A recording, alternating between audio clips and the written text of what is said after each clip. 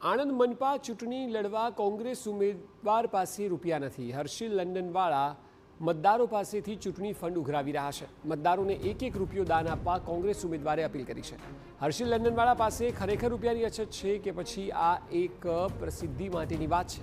મહત્વનું છે કે કોંગ્રેસના ઉમેદવાર પાસે ફોર્મ ભરવાના પણ નાણાં નથી અને તેઓને ચૂંટણી લડવી છે। સોશિયલ મીડિયા પર ફંડની પોસ્ટ મૂકતા મતદારો મેદાને આવ્યા અને એક એક રૂપિયાનું દાન કરીને 3000ની સામે 13000ની ચૂંટણી ફંડ આપ્યું।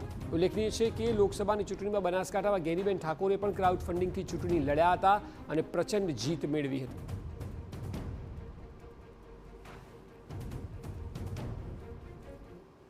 ઉમેદવારી પત્ર માટે 3000 રૂપિયા ફી હોય છે, ત્યારે હું લોકસેવક તરીકે છેલ્લા ઘણા સમયથી આણંદના પ્રશ્નો જે પ્રાથમિક જરૂરિયાત છે પ્રજાની, એને હું મહાનગરપાલિકાની અંદર વાચા આપી રહ્યો છું।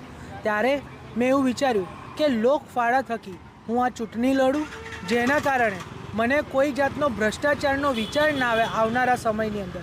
એ મારું વિઝન છે કે ભ્રષ્ટાચાર મુક્ત કરમસદ આણંદ મહાનગરપાલિકા બનાવી છે અને જે નેતાઓ ભ્રષ્ટાચાર કરી રહ્યા છે એ ભ્રષ્ટાચાર ના થાય, એટલે લોકમત એકઠો કરી, લોકફાળો એકઠો કરી અને લોકોના થકી હું આ ચૂંટણી લડવા માટે જઈ રહ્યો છું।